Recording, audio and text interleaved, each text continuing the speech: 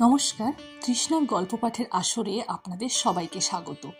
আমার এই ছোট্ট আসরে আপনারা শুনতে পাবেন নামী অনামী লেখকের নানান কাহিনী। আজকের গল্প অভিনন্দন সরকার রচিত কুরূপা। এটি প্রকাশিত হয়েছে আনন্দবাজার পত্রিকায় 2রা ফেব্রুয়ারি 2025 সাল। এই গল্পের নারী কণ্ঠে আপনারা শুনছেন তৃষ্ণা সামন্তকে, আর পুরুষ কণ্ঠে পাবেন আমার সহকারী শিল্পী সৌভিক শীলকে। চলুন আজকের গল্প শুরু করি। সবুজ মণ্ডলের বুক ধড়ফড় করছে, ঠান্ডা হয়ে আসছে হাত পা। এই ডিসেম্বর মাসেও তার কপালে বিন্দু বিন্দু ঘাম। কলেজ মাঠের প্রকাণ্ড অশ্বত্থ গাছের নিচে বসে সবুজ ডানে বাঁয়ে তাকালো। তার তাকানোর মধ্যে কেমন একটা চোর চোর ভাব। নিজেকে মনে মনে কষে ধমক দিল সে। সত্যি তো আর সে চুরি করছে না।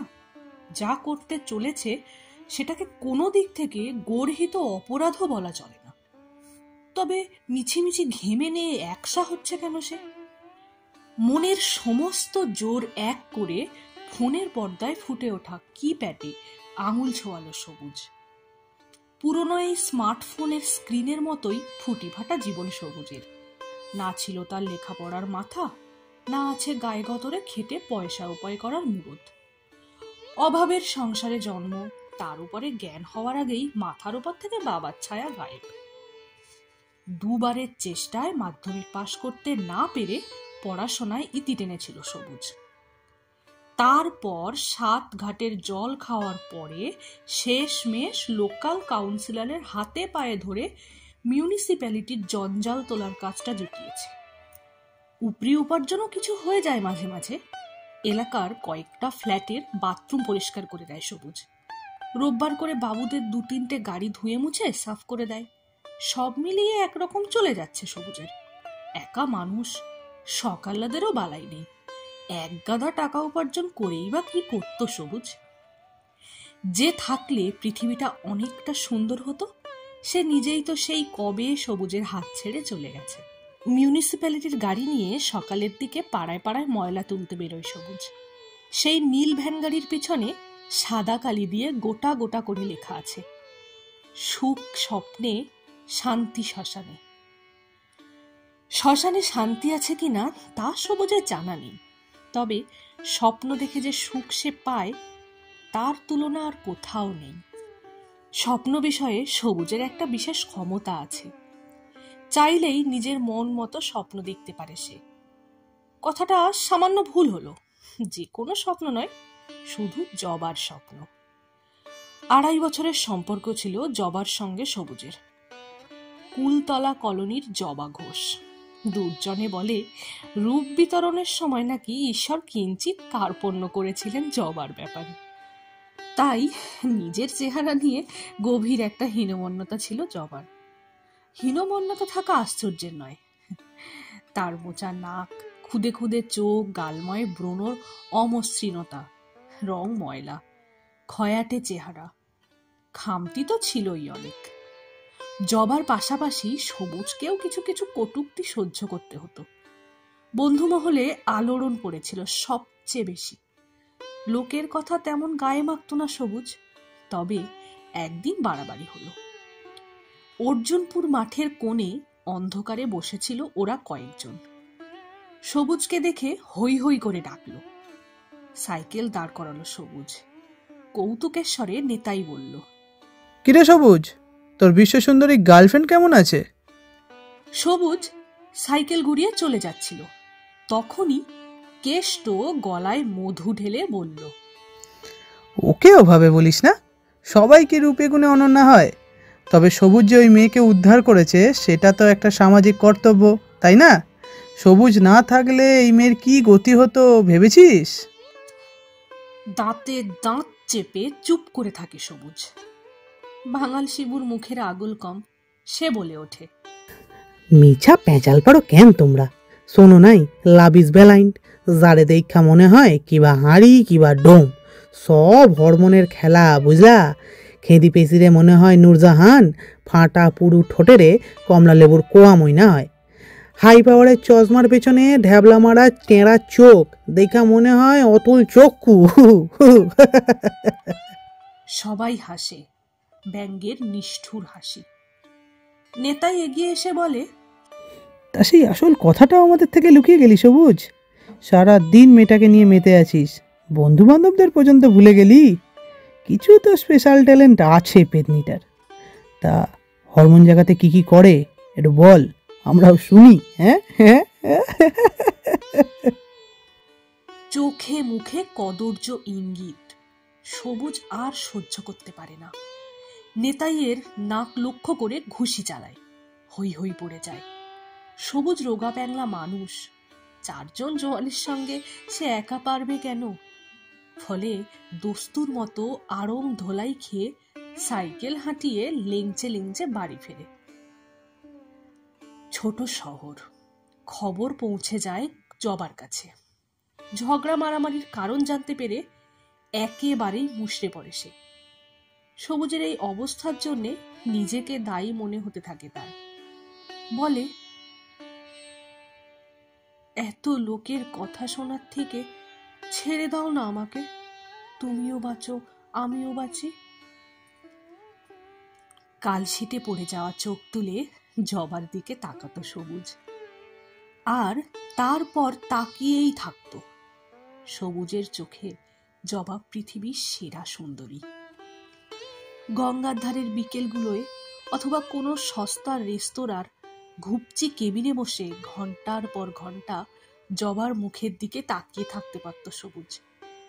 বেশিক্ষণ সেই দৃষ্টি সহ্য করতে পারত না জবা। শরীরের ইতিউতি যৌবনের পায়ের শব্দ শোনার পর থেকেই রূপ নিয়ে গঞ্জনা তার নিত্য সঙ্গী। সেখানে এই ছেলে অপলোক মুগ্ধতা নিয়ে তাকিয়ে আছে তার দিকে। ভালোবাসার এক বিবশ ভাব নামতো জবার শরীর জুড়ে।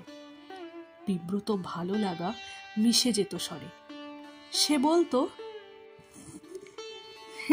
এত দেখার আছেটা কি? কি দেখো অমন করে?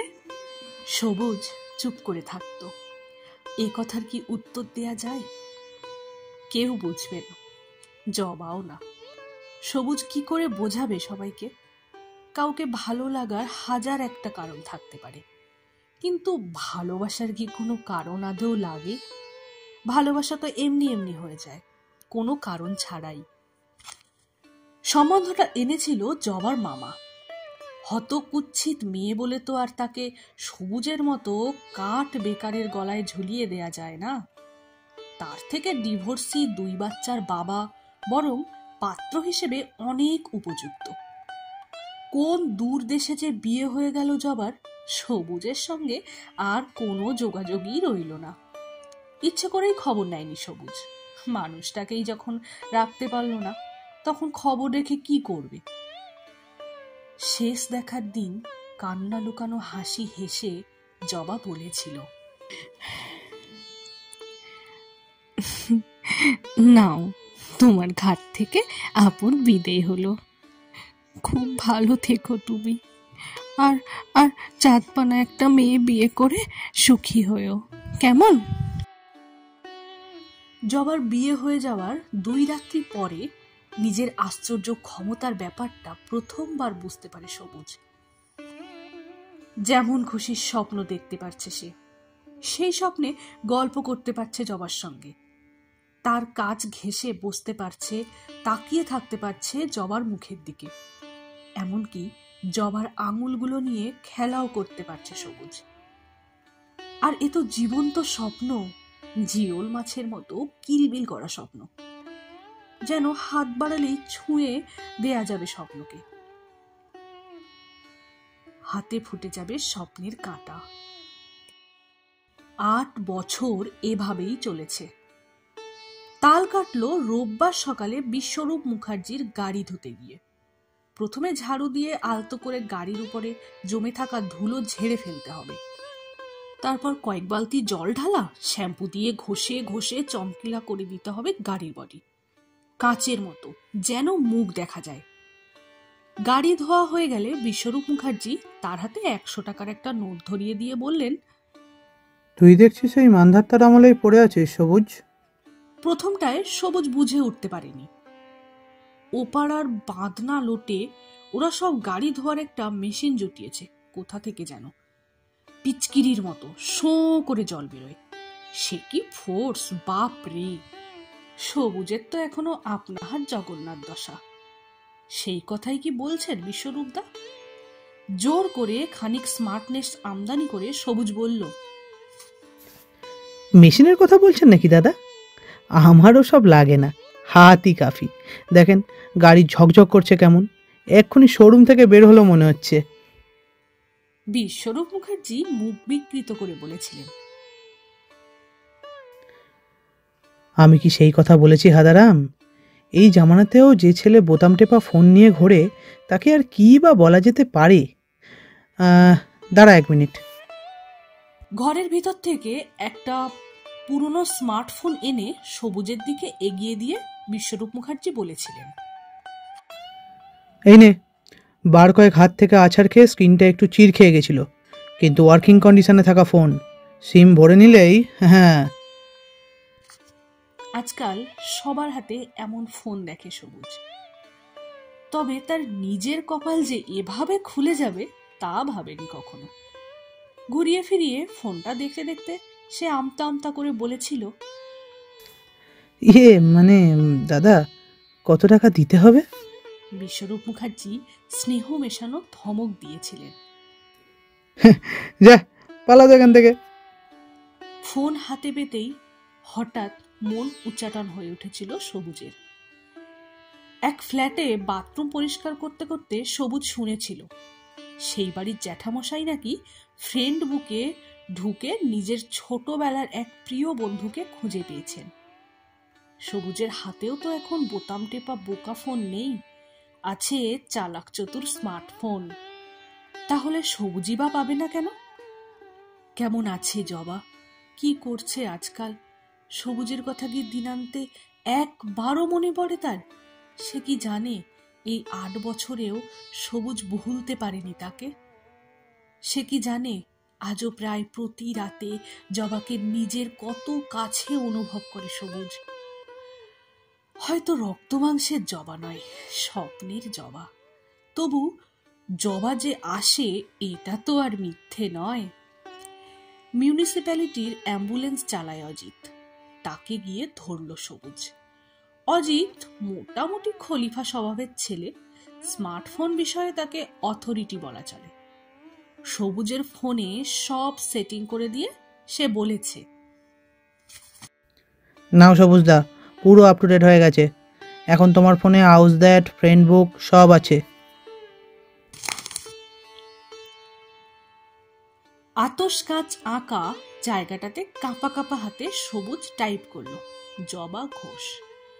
কয়েক মুহূর্ত মাত্র, তারপরেই স্ক্রিন জুড়ে জবা নামের মেয়েদের প্রোফাইলের সারি আতিপাতি করে খুঁজছে সবুজ। একটি প্রোফাইলে এসে চোখ স্থির হলো অবশেষে।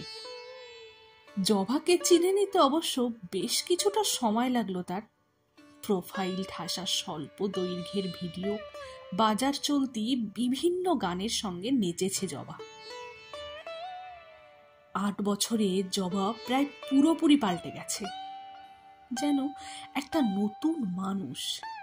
গায়েগত্তি লেগেছে মেকআপের দৌলতে 2 চোখ ডাগর আয়ত।